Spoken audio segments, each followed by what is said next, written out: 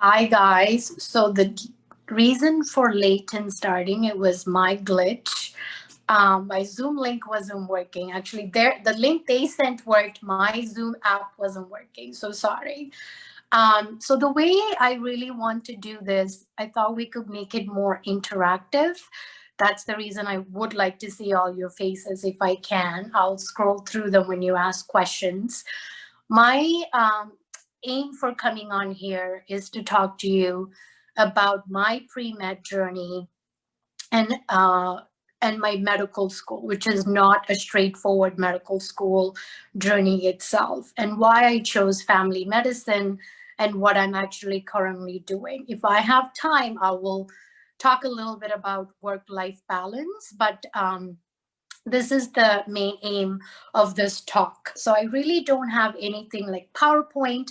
I just want to do it more like informal. So tell you guys where I started, how I ended up. Because I think for everybody, when they listen to medical school journey of somebody or attending, it seems like it's very straightforward of how we started, how we ended up. But that's not how my story is. So some people, they know that they want to be a doctor early on. Some people will decide that's something they want to do later in life. So the second part was my husband. He was not somebody who wanted to become a doctor early on, but after we met, that's something he wanted to do, and then we ended up doing medical school together. For me, I wanted to become a doctor early on. Like as a child, when somebody asked me, what do you want to be? That was the first answer. And I always dressed up in doctor and played when other kids were playing with Barbie dolls. Do you know what I mean? So that's something, it started early. But the reason I wanted to become a doctor at such a young age, I looked at a female doctor dressed up really well, looking very smart, and people respected her. Do you know what I mean? Those reasons sparkled. Like I wanted to be that person. So as a child, that's what sparkled. But getting into high school, I don't know how you guys did it, but for us in grade 10, everybody have to choose two different paths. Are you university oriented or are you college oriented? So in grade 10, without a doubt, I know I wanted to do university. So all my classes have to be academic, which means they were much harder. So to get those marks and be on honor roll was not easy, right? So when I started taking academic courses, a lot of them were science, like biology, chemistry, physics, calculus, algebra, and so on. I was not a fan of physics. I hated physics. Biology and chemistry I loved, but I started liking chemistry more. So by the time I finished high school, I was like, okay, I'm entering into university. We only had three options. We only can choose three universities that we're going to apply. That's how it was back in, I don't even know which year it was. Anyways, so when I chose, I applied for biology. So I'm a Canadian. So for me, we actually moved from Cornwall, Ontario, which was a very rural place, to Ottawa, because I went to University of Ottawa. Ottawa is the capital of Canada, if any of you here are Canadians. So when I went into biology, I hated it. I did not enjoy my pre-med in bio, but I started liking more and more chemistry, especially organic chemistry. I know a lot of you don't like chemistry. It's either you click or you don't click. Do you know what I mean? That's how it was for me. I loved it. The formulas, the way it works, everything made sense to me. So I was like, if I'm going to do a degree out of this 4 years, let me do a course that I actually enjoy. So in the mid of my first year, I switched from biology to biopharm. So in biopharm, you actually had another option. There's two ways you can go. It was medicinal chemistry or it was biotech. I was like, you know what? I love chemistry. I love organic. A lot of you are saying you're Canadians. Good for you, all of you. So, anyways, I chose to go down the medicinal chem, but it wasn't hard because all of us at that time, you all want to get into med school. Everybody was scared of switching. If I switch, what's going to happen? Can I still get into medical school? How is that going to be viewed? The only thing I'll tell you, medical school looks for prereq, right? You need to have the prereq in order to sit down and write your MCAT. And those are the courses that they are looking when they calculate your GPA for certain medical school. So when I made the switch, these are all within a science program. So it didn't make a difference and I didn't lose any credit, but I went into something I actually enjoyed more. So there was not a big deal for me. So I switched it and I went into majoring medicinal chemistry. The second reason I did that is like, when all of us are in the concept of med school, we never think about what if you don't get into medical school? What is your backup plan? I felt like I needed that. For example, if I just went with med school and I didn't get in, what do I do next, right? So at least with this, my major is like, if I don't, then I can consider doing a master's or consider doing a PhD or go into a biopharmaceutical company. So I had a backup for going into that program and I finished it well. And the reason I made that switch, I'll say it, when I was in biology, there's few courses I had to take I did not enjoy. As a result, my GPA dropped. And that's the biggest problem because to get into med school, GPA is your first cutout. If you don't have that, GPA, you don't even get an interview. You're just cut off from the get-go. So there's two courses I took. One was animal physiology. I still don't know why I took it. And the other one was plant biology. I will shoot myself for taking both of those courses. My GPA dropped from 3.95 to 3.85, and that cost me a lot of interviews right off the bat.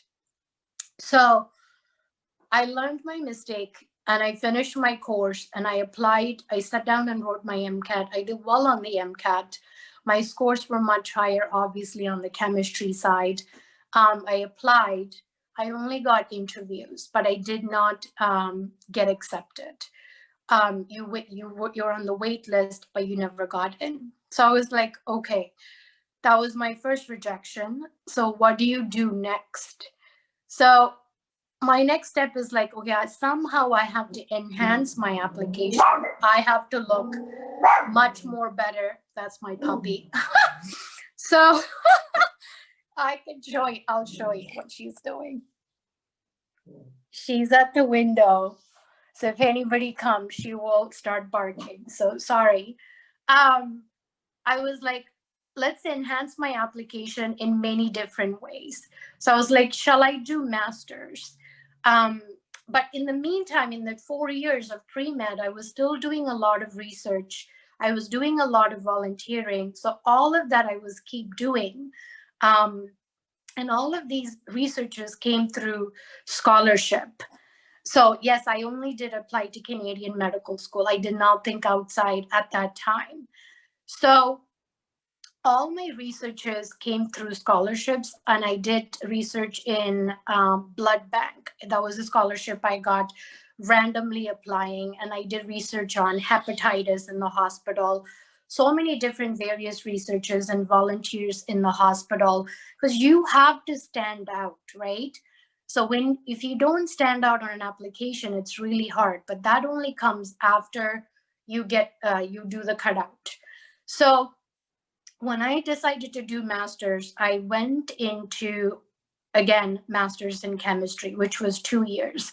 I thought that 2 years will advance me compared to others who are applying from undergrad. And there is a GPA that's added, and I did really well.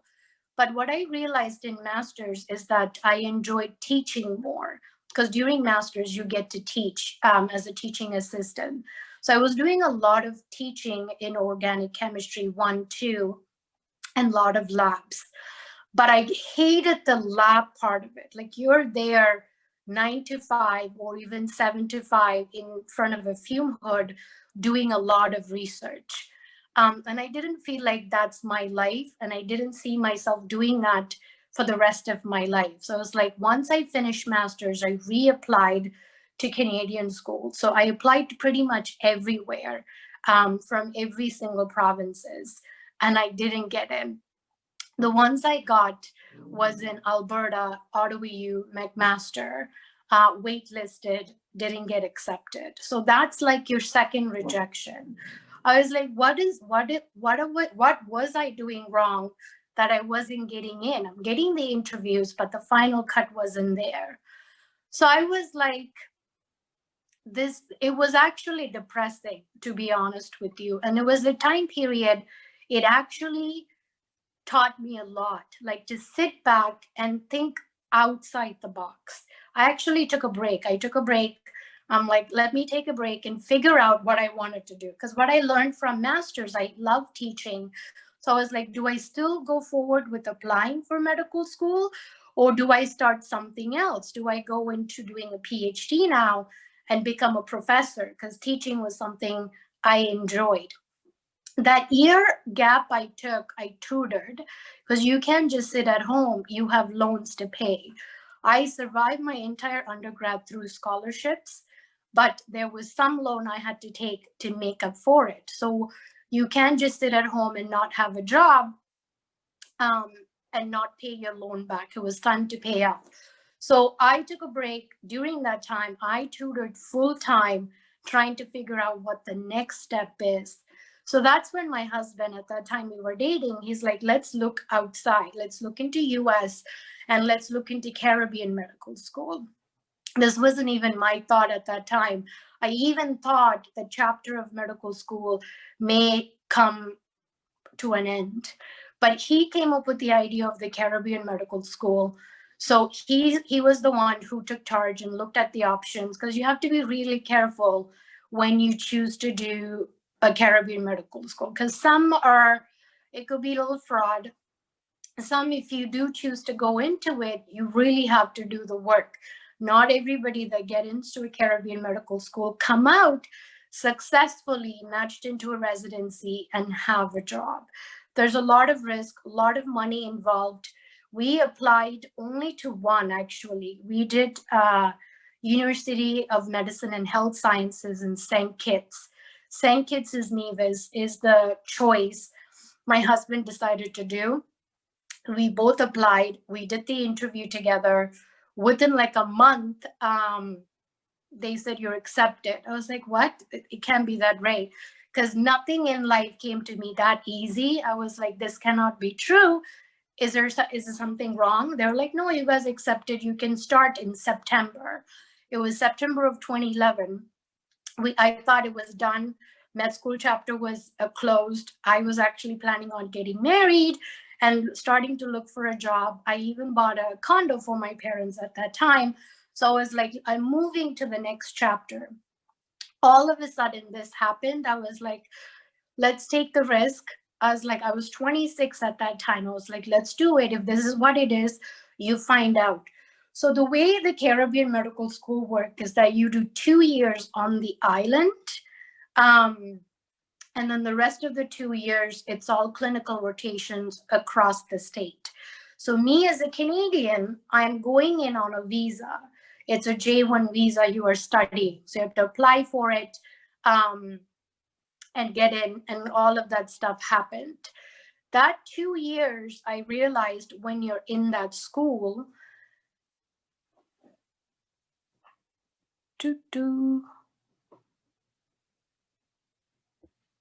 Are you guys still there? Okay, perfect. So I realized, doesn't matter what school you choose, it's the work you put in that matters. When we started that school, when we did the white coat ceremony, there was over 200 people. But when we graduated at the end of 4 years, there's only 30 people from that 200 made it to the graduation. Within that 30 people, very few people matched to residency. So that tells you how much work you have to put in from the get-go. You have to study from morning till night. There was no, people think, oh, she went to a Caribbean medical school. She had lots of fun sitting in front of the beach. I'll tell you one thing. I never ever saw the beach because you're always studying. You have to put in the work. You have to be dedicated because every month they will have tests. If you don't, you're out. So in that 2 years, people just keep leaving and leaving and leaving and dropping off. I can't do that because you, as a Canadian going into a Caribbean medical school, you're paying in US dollars. So the currency at that time was double. So I was taking Canadian professional student of line of credit from CIBC. So if I fail a semester, that's extra 20,000 I have to come up with for a semester, right? So it's no joke. When you do go through 2 years of your clinical rotation, what matters is your step. You have step 1, you have step 2 to take. There's a CS and CK, right? There's a practical, and then you have to write your written exam. All of these exams, you have to pass at one shot. If you don't pass in one shot, your shot of getting into residency keeps going down and down. That's the game of it. So me and my husband, we were married right before we entered the medical school because we decided we were going to get married. So we actually got engaged with our family. We got in. We didn't even live like a married life. It was like good two friends, like studying together, motivating each other and studying all day, every day. That step 1 you pass makes a huge difference on your clinical rotation. And when you get into these clinical rotation, you really, really have to work hard because your reference letters will make a difference into your residency now. So you made it, you got your step. Now you have to do really well in your clinical rotation and prove yourself because again, you're going to be judged, right? I'm doing clinical rotation across the states. We went down to Georgia, we did in Atlanta, we did in Chicago, we were in Michigan. We went so many different places. All these clinical rotations, we chose them. We did our research when we chose those rotations. We put the best forward in order to get really good reference letters. My 3 most reference letters came actually from a nephrologist, infectious disease, and internal medicine. And I also have family medicine reference letters. So I always said I only did rotations in US, but I also did clinical rotations back in Canada because I really wanted to come back to Canada if that was possible. I did my rotations at University Ottawa U Hospital in infectious disease. And I'll tell you something, as a Caribbean medical school, you're always compared. You're compared against the US, you're compared against Canadian, you're compared against DO because you're looked down upon. So you really have to shine and say, listen, I took the same goddamn exam that person did. So look beyond that and then judge, right? If you don't, they will keep knocking you on and you're just going to go down the lane. So there's so many places you will feel like, you will ask, oh my God, do I even belong here? You will feel like shy to say, I'm from a Caribbean medical school. But when you step up and answer the questions, they're like, wow, she actually knows stuff. No shit, I do know stuff. I took the same exam like you guys did, right? It's just, it's a game. You have to win the game at the end. My top reference letter came from the infectious disease, the director in Canada of Ottawa U Hospital. He actually gave me an interview at Ottawa U, got me in even before the interview season. He actually made me sit down with the internal medicine director and gave me an interview. I was like, wow, that's amazing, because he doesn't even know me before this. Just by having me for a clinical rotation and seeing how well I performed, he wanted me in. He wrote me the letter. He said, I'll give you one for US, but I really want you to stay here and I'm going to get you in for an interview. I sat down with the director. Our one-on-one talk was very off. She straightforward said, you're coming from Caribbean Medical School. The chances are very, very slim. And I walked out of that interview with her and I decided, if this is how people are going to judge me in Canada, I am taking myself off of even the Canadian residency match. So me and my husband, we took ourselves off of it and we went solo into US couples match, because I just don't want to live my rest of the life when somebody's judging you, right? I have proved myself up to this point and I didn't feel like I need to prove any more. I called it quits at that time and we put full efforts into residency match. The match itself cost us over $5,000.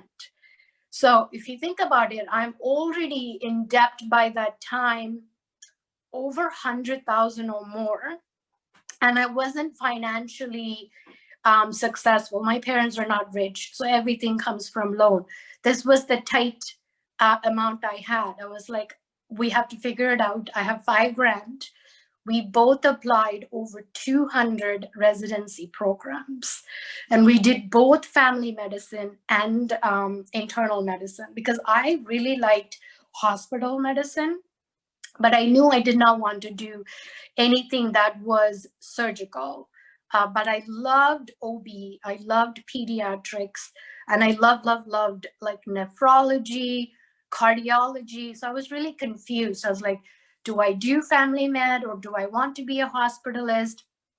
So I did both. I did family med and internal med. Those are the programs we applied, over 200, and we couple matched across the states. Out of the 200, we had about 20 interviews together. Yes, 200, somebody asked, and it cost us $5,000. 20 interviews together. All the interviews, we did it together. So we had to coordinate them. And obviously, if you were planning on doing couples match, you always want to do your interview separately. Even though you're going at the same time, you want to shine as two different individuals. Because at the end of the day, when they're choosing the resident, you're not a couple, you're two different people, but you come as a package. I hope you understand what I'm saying, because your individuality has to come. You don't need to sit together and answer your questions. So we chose to do our interviews together. When we shortlisted our residency, it was all family medicine, not internal medicine. So we did, our top 3 was family medicine. My 4th one was internal med. And we actually got in to our first rank, which was amazing for us who went to a Caribbean medical school. Canadians were coming in as a visa, J1 visa, and then we're couple matching too. And the program we got in was only take 7 residents. So out of the 7 residents, the 2 spots came to us for MDs, and they had 2 other MDs and 3 were DOs. And I felt like that was like the moment for us, actually. We could have got into other places, but to get into that program, the reason is that they gave us housing. So you also look at those options when you picking your residencies. The housing came. So to me, 2 people living in one house, meaning I could save my money to pay off my loan. My husband had his parents pay for him, so he didn't have to worry about interest on the loan. I did. So he took over the job of paying for the house while I saved for the first year of residency to pay back my loan. So that was the reason we took the choice. Our first choice was family med, and we did it in Washington, PA. So Washington Health System is where we got in. It was a 3-year program. And that program, even though it's family medicine, they had a lot of hospital experience in that hospital. So when you do graduate, you actually can become a hospitalist or you could work as an outpatient. So even during my family medicine, the part that I enjoyed the most was all hospital. I don't know. It's just, it's amazing for me. I get most of my thrill when I'm in the hospital, when I feel like I can make a difference. Like you have to make decisions just like that when your patient is dying in front of you. It's like life or death. You're dealing very quickly. The skills of making those decisions comes with practice. So I loved inpatient, but things changed in my third year. I actually became pregnant, and that was a choice I made. I wanted to get pregnant and I wanted to have a child because, like I said, I got into med school 26, and there's a clock ticking for every single woman. So I was like, let me have a child before I turn 35, and I have to think about freezing my eggs and all of that stuff. So I got pregnant in my third year. So that actually made me change my decision to go outpatient instead of inpatient when I graduated my residency. And the reason for that is that if I did choose to go to become a hospitalist, you have to work 7 days in, 7 days out. So you think about it, if that my baby is pretty new at that time, I'm like, I don't think I can leave my child and not see them for 7 days because I'm probably going to come back from work when he's sleeping. So I was like, let me not, I don't know if that's the lifestyle I want. So I decided, let me do outpatient for now, which is 9 to 5. But I changed my schedule. It's a constant struggle you're trying to figure out. So that was the reason I chose to go outpatient family medicine. But obviously, I live in a rural area, so anything could change. Once he's a little older, he's only 2 right now. So once he's a little older, I may go back to hospital because that's where my passion is. But for now, I'm going to stick to it. I only do 4 days a week. And these are things you want to argue when you sign a contract. I wanted 4 days a week. I work 10 hours a day. My shift starts 7:30 to 4:30, and I pick my son up at 4:30 at daycare. So, and I drop him off before my work. So I'm not compromising my motherhood for my work. Do you know what I mean? I'm not the type of person to do all this hard work and then stay at home. That's not me. So I needed a work where I could balance, but at the same time, I'm not missing out on my son's activities or daycare stuff or things like that. So right now, somebody's asking, so both me and my husband, we work in the same office. We do 4 days a week. So I'm off on Mondays. He's off on Fridays. So my kid does go to daycare 5 days. And this is a question people ask, if you have days off, why is your kid in daycare 5 days? Sometimes you need time for yourself. So Mondays are my off days where I do things like this, something I enjoy, like talking to you guys, inspiring people, motivating people. And I use my Instagram, I recently started, is like a platform to educate people. And I really like, my goal is to inspire, because I don't think med school is one way, because that's what I heard when I was trying to get in. You have to have the perfect GPA, you have to be perfect in everything, your resume have to rock. That's the only way to get in. Clearly, that's not how I came to this point, but I still made it and I'm still doing what I enjoy. So the key thing is that you have to enjoy what you do, right? Like I get up every day in the morning, even though I'm tired as a mom, I look forward to seeing my patients, right? That's what gives me so much energy to go in and take care of my patients. I sometimes see crazy patients, and I also see amazing patients, and I also have people in between. That's just how it is. But you got to get up and go do what you enjoy the most. If you ask me what would I have done if I'm not a doctor, I really don't know. Maybe I may have become went into teaching. Most likely I have gone into doing my PhD after master's. to become a professor and work in a university, because I enjoy teaching. And that's why I enjoy teaching on Instagram now. And I have students that come and shadow me and work with me. That's something I enjoyed through residency, and I'll continue to do that. But if you ask me, would I have been happy if I wasn't a doctor? My answer is definitely not. I don't think I was. Because when I didn't get in, I went through a period where I was very depressed and I was very confused and I wasn't sure what I was going to do. So whatever I chose to do, I might have done it because that was just an option, not because that's what I loved. So I'm happy that I went for it, even even though I was late. It was, people get in what in med school 20. You should have gotten by 21 because that's when you finish, right? Your undergrad. I did it 5 years after. So what? At the end of the day, I'm enjoying what I'm doing. So that's just a snap of my story. Does anyone have question? I feel like there's a lot of questions. First of all, thank you so much for this presentation. It was absolutely amazing. I think we're all inspired by your story, and there's a lot of people in the chat that are resonating with you, that are non-traditional students, and we just really appreciate your honesty and transparency so much. Thank you.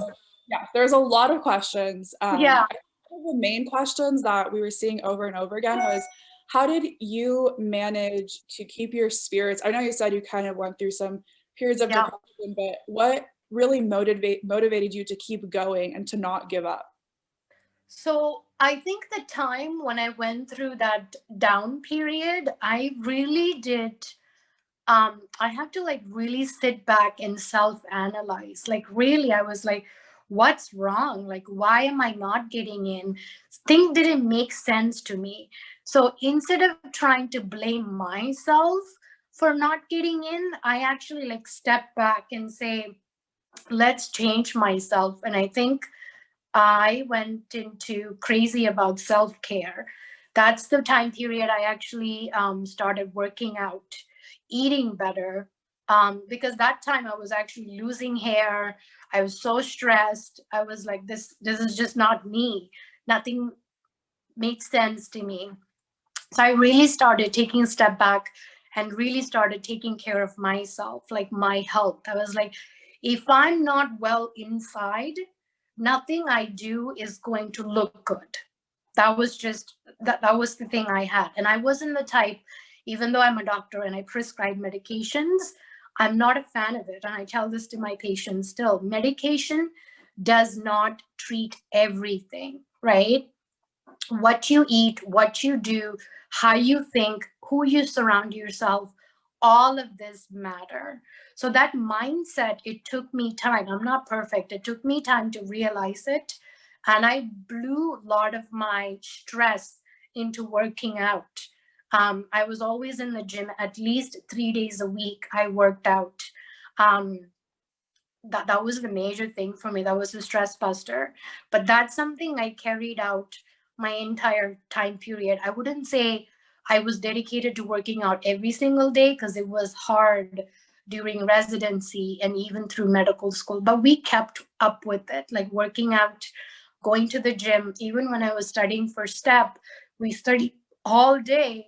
But that time I took off is like it's a very quick drive to the gym to work out and come back and then sit back and study. That gave me a change in mindset, I would say. And I still continue to do that. I think that's really, really important. When you do feel down, like don't always self-blame, because I think it may not be you. You just have to say, let's look at it in a different perspective, which really, really matter. Thank you so much. I think it's a lot of us forget about self-care and putting ourselves first. So that's important to always hear, to get back into that mindset. There were several people wondering, did you ever considering applying to DO schools? And if not, why not? Or if yes, if you could kind of talk about your experience with that. So I'll be honest, I really didn't. So when I started this was 2011. And for Canadians, I didn't even know about that concept existed. That's the honest story. I only came to know about DO after starting my clinical rotations. And I was like, when I had students that were DOs, I'm like, oh my God, why didn't I even think about that? Because that's definitely an option. Because now there's a lot more awareness to it. I honestly didn't, so I didn't even look into it. But I personally wanted at the end of my name, MD. And that was something I was very strong about. But there's nothing wrong being MD versus DO. At the end of the day, you do the same thing, right? That title doesn't make a difference in how you practice. But I personally wanted Dr. Thivisha Rajagopal, MD. That's something I dreamed of, and that's what I went after. That's my honest answer. Yeah, I think that's definitely very fair. I know a lot of people have that same mindset and goal in mind. There were some questions just kind of asking about, what your favorite part of, your primary care day to day is like, and, what kind of things you're going to be seeing there. Okay. So with my primary care, I do both women's health and I see kids starting at age 1.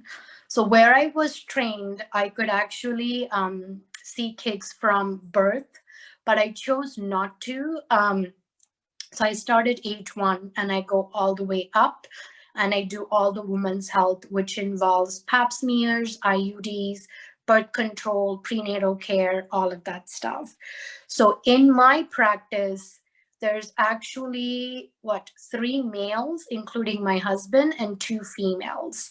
So there's a lot of female patients that want female to do the women's health. Since I started, so I'm only here as an attending, a lot of people have switched to me because there's a comfort zone when a female does the women's health exam.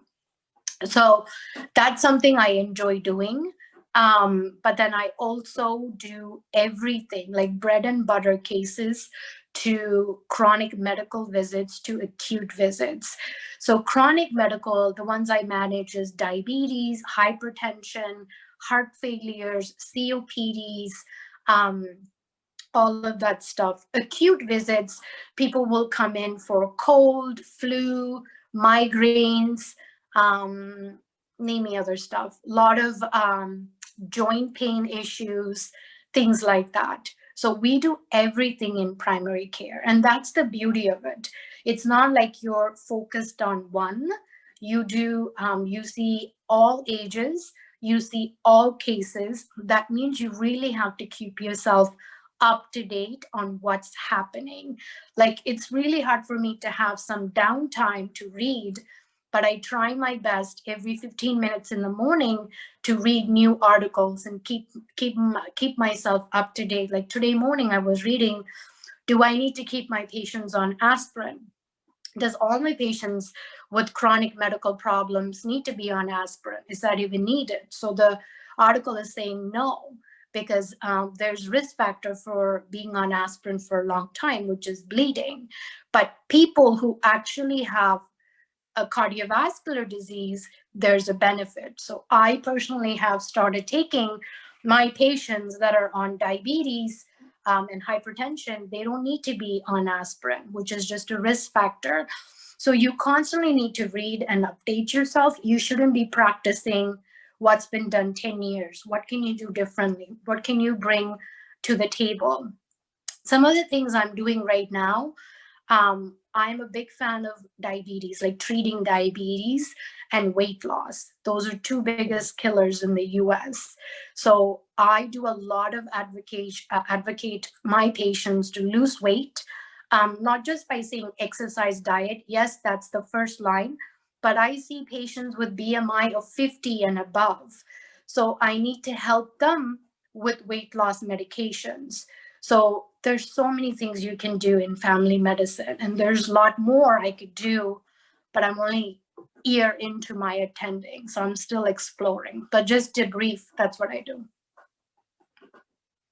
That's awesome. I think it's really cool that, and a lot of people have said this, that you are still so open to learning and growing yourself and kind of paving your own path. So that's really awesome. And there's so many, praises for that. We did have some questions that was asking, were there any books or articles or anything that you were reading to help motivate you whenever you were struggling and kind of like doing that self-reflection when you were both trying to get into medical school and in the Caribbean? I did not read any books that are particular because I think when we were getting into 2011, there was a lot of stigma. One, about in general about Caribbean medical school. It was actually a scary, but at the same time, a risky move to do for ourselves. But I'm right now, I'm personally trying to break the stigma. But to answer your question, no, I don't have any particular books that I was reading. Not that I recall, no. Okay, thank you for that. There was a lot of questions asking about, I know you mentioned that you didn't even see the beach when you were at school, but how much free time did you realistically have? And how do you balance, you were newly married, moving to a new place and studying, and what was your personal experience with managing that? I'll tell you one thing. So we got engaged right before we were going to start, and we had our cultural wedding a year after, and I had no honeymoon. And I'm still so mad at my husband for that. But the way my husband put it is that, well, you are living on an island. Why do you need to go to another island for a honeymoon? But my point was, even though you lived on a beautiful island, you never enjoyed, do you know what I mean? It wasn't like a vacation you enjoyed. It was always about studying constantly. So the way they have their schedules is that you have a bus that comes and picks you up from the dorm, and then you go to school like 7 in the morning. So you have classes that goes from 7 till like 3:30 or 4. And then after that, you have a bus comes to pick you up at certain time. But while you wait, you're at the library studying, or you're taking a break to go and eat and then come back. That's how it was. And then you come back home, and then you just study till whenever you can. We usually study till 11:30 or 10:30, and then I go to sleep. And when I say me and my husband, we never study together because the way we study are very different. I'm very visual and he's very audio. He likes to listen to lectures or listen to videos. That's how he study. I am a book person. I like to read. I need to see things written, highlight. I like to use different colors, highlight, rewrite my points in a different paper. And I have a really good memorization. So that's how I study. So when I go in for an exam, when a question pops, I knew exactly where that answer is on my sheet, and I will just write it out. You know what I mean? Or my multiple choice, I'll circle it. That's the type of studying type I am. It's like either I know it or I don't. There's no point in me sitting and thinking. If I don't know, I don't know. If I don't know, mean I didn't study, or I didn't even glance at that topic or things like that. So it's really important to know how you study, because that really matters in how you score on your exams and stuff. I'm not saying this to like brag about myself, but in that 2 years, with all my classes, I was like on the top. And me and my husband always had like a healthy competition, like who scores better. But it helped us, and he definitely scored better on the steps than I did. But the first one, we were very close. Second one, he definitely beat me, and I was like, well, fine, whatever. But on the clinical part, I think I did better than he did. So it's all good at the end. But the key thing is that's how the studying schedule was. Like, it was always studying, but I wouldn't say it's 24/7. I will always close my book because I need to have my 8 hours of sleep. Because if I don't, I cannot remember anything I studied. So I will try my best to study till 10:30, and I will close the book, because after that, whatever I study, nothing stays anyways. If I feel like I didn't get enough, then I will get up next day earlier, like 5 o'clock or 5:30, to study whatever I didn't, and then get ready and go to school. That's just how I was. There was something I was trying to talk about, but it just went. I can't remember. But I definitely needed that 8 hours sleep, and I have a certain pattern of studying. I think that really helped me. Yes, thank you so much for those tips. And then, yeah, people are saying thank you for advocating for sleep, because a lot of people here just stay up all night and study, but it's not good. Yeah, because I just can't. Even if I tried, I did those in undergrad, and that's when some of the courses I didn't do well. So I feel like there's no point. I'd rather just go to sleep and remember what I studied, instead of just staying up. The other thing I always do is, like, whatever you studied that day, I review and I make sure I understand everything I learned on that day. I don't things like build up. That was always my key, because if I don't understand, I'll make sure I ask the next day before I learn something new, or before that class start. Because pathology, you all know, it's very, very lot of information, right? It's complicated. If you don't put that big picture and you keep building, nothing is going to make sense to you.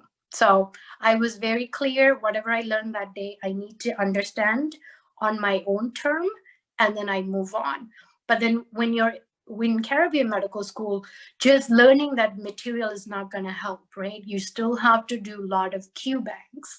So we had UWorld Q banks. We bought early on, and we were doing them even throughout, like each section, whatever you're learning before that monthly exam, we do those questions. So I was just not doing those Q banks when it time to taking the step. When I was taking the step, I probably done it multiple times. Yes, thank you for that. There was a lot of people wondering, who are really interested in research, if in primary care as a practicing physician, is there any way to do research as well as practicing, or do you think that you would need to allocate time to just one? No, you still can. You still can explore if you're interested in research after becoming an attending. This was something I asked during my contract, because I probably will do, but not right now. I'll tell you guys what my personal interest in research is. My goal is, for diabetic patients, I really want to see if there's a team approach. Can we control the A1C better? Because we know people that are diabetic need to be seen by nephrology, need to be seen by an optometrist, need to be seen by a podiatrist, need to be seen by a pharmacist, to teach them how to give them the insulin proper way.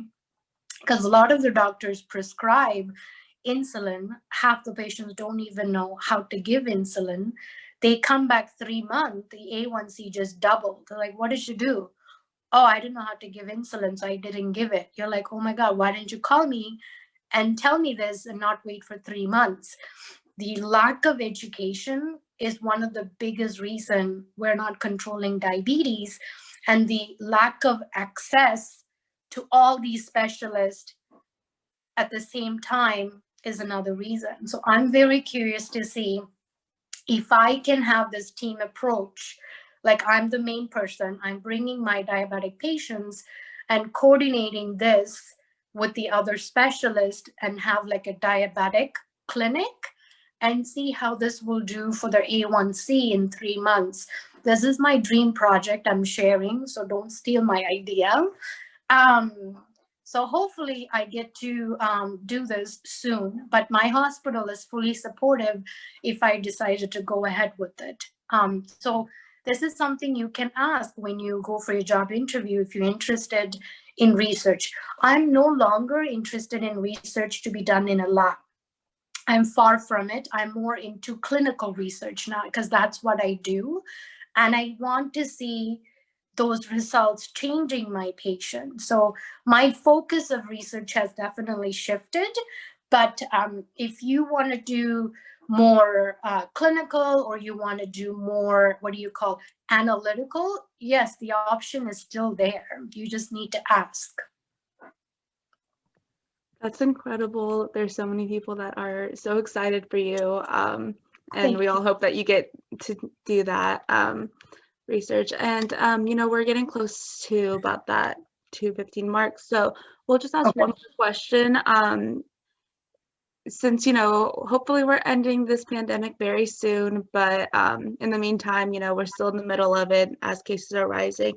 And we just need to see if you have any advice for us as pre-med students in the middle of the pandemic and in general as we continue our journeys. So I'll tell you one thing, this pandemic has changed a lot of us, not just pre-med, but even at, like, for me as a physician, how I treat my patients significantly changed. So I just told you guys, I do 4 days a week. And they cut initially when this COVID broke in mid-March, they wanted to close down all of the outpatient offices because we had limited PPEs. So they wanted to save all the PPEs for the hospital staff and the people that are involved in ICU. And they literally closed all the outpatient. And I was like, you have patients to take care of. You have to figure this out. So that's when they brought the telehealth. So I went full-time telehealth 4 days a week. It was exhausting. But that was the only thing we had to connect with our patients, because people that are diabetes, their diabetes doesn't stop during COVID. It actually got worse during COVID. People's blood pressure went off the roof during COVID. People's anxiety and depression went way high up. Who's going to treat all of this? Do they go to the ER when the ER is already overwhelmed by the number of cases they're seeing? And I'm in a rural area. We were trying to minimize the people to the ER. So telehealth is what we brought out, and we were all confused. How is telehealth really going to work? Because there's no physical exam. If a patient is telling me I'm having a hard time breathing, how am I going to say, does he have a COPD or does he have a CHF, or this is just a cold? I'm not putting my stethoscope on the patient. I have no idea. But you'd be surprised how much telehealth gave me a different perspective to life. One, that's the only option I had to keep my patients going. So I didn't have I didn't have a second choice. So I have to use the telehealth to the full potential I can. So if I'm seeing my patient, if they do have video, not all my old patients have video accessible cameras, right? You'll be surprised how many patients I FaceTimed because of the computer having a lot of glitches. I can connect so many BS. I was like, you know what? I'm done with this. I called from my personal number and I'm like, do you have an iPhone? Great, I'll FaceTime you. I was like, please don't call me back because that's not how it works. I'm just trying to use the phone so I can talk to you. I use my personal phone to FaceTime so many of my patients because it's hard. And there's so many patients I just talked on the phone. Based on how they talk, their voice, I'm like, this is not right. You need to go to the ER. As a doctor, I was making clinical decision based on how their voice was or how they describe the symptoms or what I'm seeing on the video.